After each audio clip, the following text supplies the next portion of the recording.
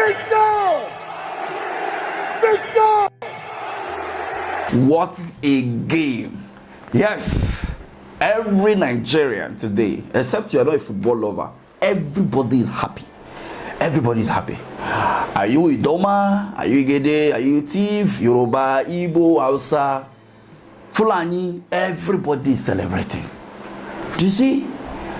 That is the reason why I always tell you people, leave these people that are politicians. They are the ones destroying this country. Victor Osihmen came up with a hat-trick today's game. This is the first time in a very long time that a Nigerian player is scoring a hat-trick in a competitive football game. It has been long that a Super Eagles player scored a hat-trick. I think it will be during the time of the JJ Okocha.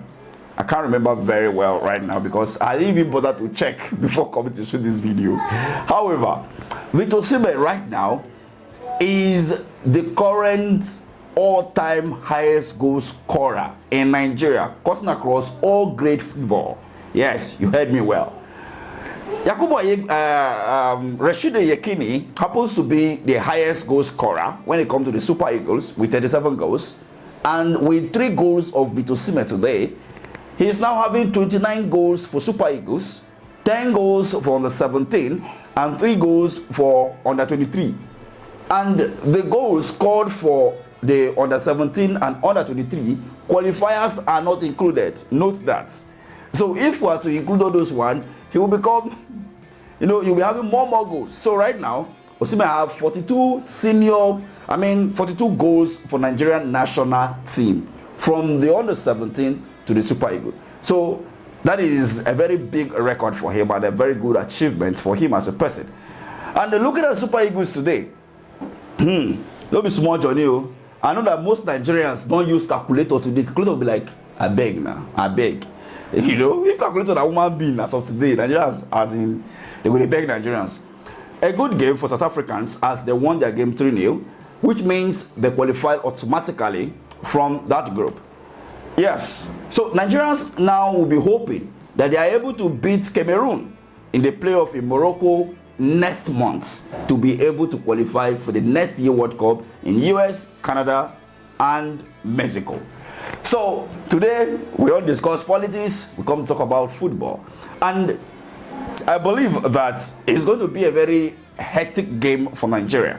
Yes, you know that if we are to meet Cameroon, West African debut, it's going to be very difficult for Super Eagles to qualify. But we hope they qualify, because imagine our 2 African best players not being at the World Cup in 2026. That would be a slap on Nigerian face. Also knowing very well that the last World Cup we did not qualify. So they have to do everything. Looking at this particular team here, if you look at the determination of the boys, I believe the only person that was 100%, that raised the bar 100%, was Victor Osihmen to me. Look at him. Look at what he was doing. Many people said he's too boastful, he's too this. But look at the game. Look at the goals. Man, look at the goals. Look at the ginger. Look at the move. Right from the last match to this match today. The last match he gave an assist. Today he scored 3. Single-handedly, he took Nigeria across. So we hope for the best for the Eagles. And this is my message to the Super Eagles coach. Please, you see that boy, Mwabali? He doesn't even go bench him because he's becoming too playful. Okoye did the same thing during the 2009 Nation Cup. He was doing fine boy, painting his face at the goal post. And what happened? We bench him. And today, Mwabali is there. And he's repeating the same thing. So I think we should look at other good keepers. Nigeria have never lacked goalkeepers before. So if he's not doing well in terms of, because of his play, that is, look at the way he cost us.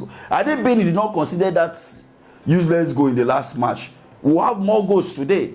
And our ranking will be up in terms of the person who are to play in the playoff, judging by the result that comes out from South Africa's game today. But then, hello, he considered useless goals that he's not supposed to concede. And he is the one that caused it. So you see, our coach need to look at that. Then, coming to the unification of Nigeria, let's talk about.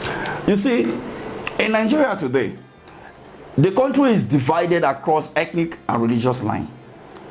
But if you go to many football hall across Nigeria today, you will see a Yoruba man jumping, hugging an outside Fulani, Igbo, Efong, Etilo, Tiv, Igede Idoman, and the rest.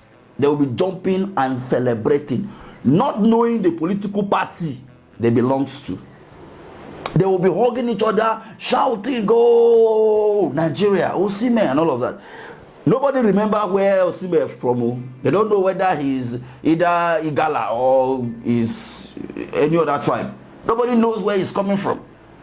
But the moment they get home this night, as the day breaks tomorrow, their brain will reset. They will go back to their tribal and religious bigotry.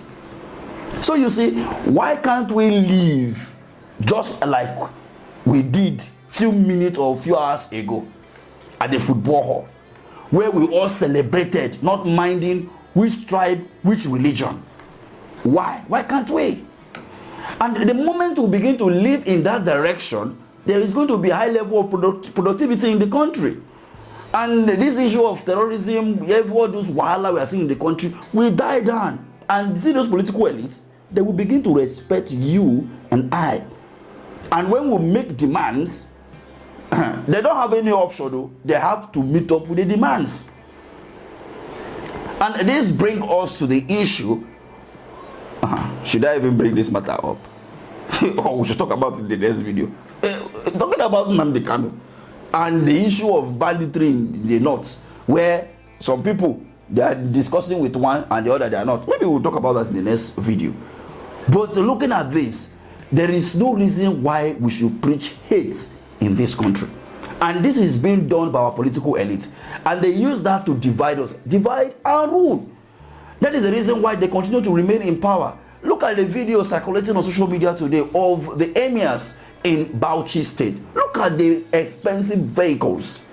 Whereas people will be sleeping tonight without a meal. Why are they being able to achieve that? Because we don't unify as one Nigerians. That is a problem. We can pardon a terrorist in the north, but you cannot pardon somebody who agitates for fairness for his people in the south.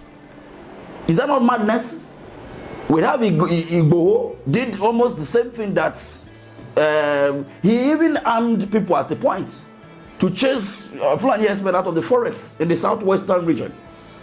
But what happened? There was a political settlement. I don't want to dive into all those things. I will do that in our next video.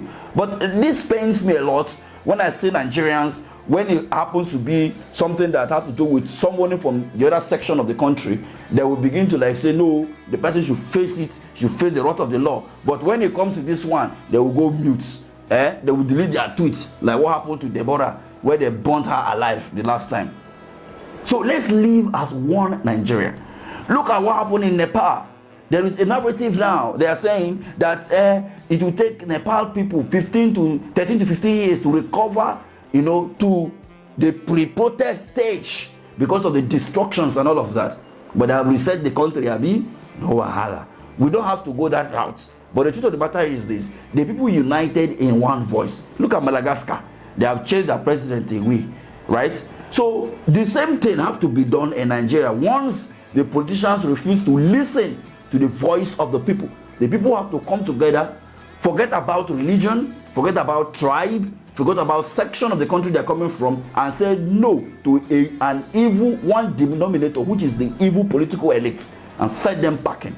And that is the reason why I always say this: once they push you to the war, do not break the war. You turn back and face the person that is pushing you to the war. Asking for accountability is not insulting the so-called people that call themselves elders, right? Personally, I face this a lot when I ask people for accountability. They see it as being rude. They see it as being this and that. But you see, I don't really care, right? Because as long as you're a leader and all of that, if you bring the figures, come, no wahala, go question you, and you go answer. You go explain, tire. You must get evidence. Because the evidence no day, yeah, you go wear the same trouser. I leave the matter for here. Congratulations to Super Eagles. Congratulations to Nigerians. We hope to be at the World Cup. If this World Cup in 2026, Nigerians, if we do not qualify, that means we may never see Osihmen at the World Cup again, because by the next World Cup, he will be 32. And I don't think other youthful players, except he have to be at the top level top level, to see him representing Nigeria at the next World Cup, which probably may be coming to Africa. Hello, see you at the next one. Thank you for watching. Let's go! Let's go!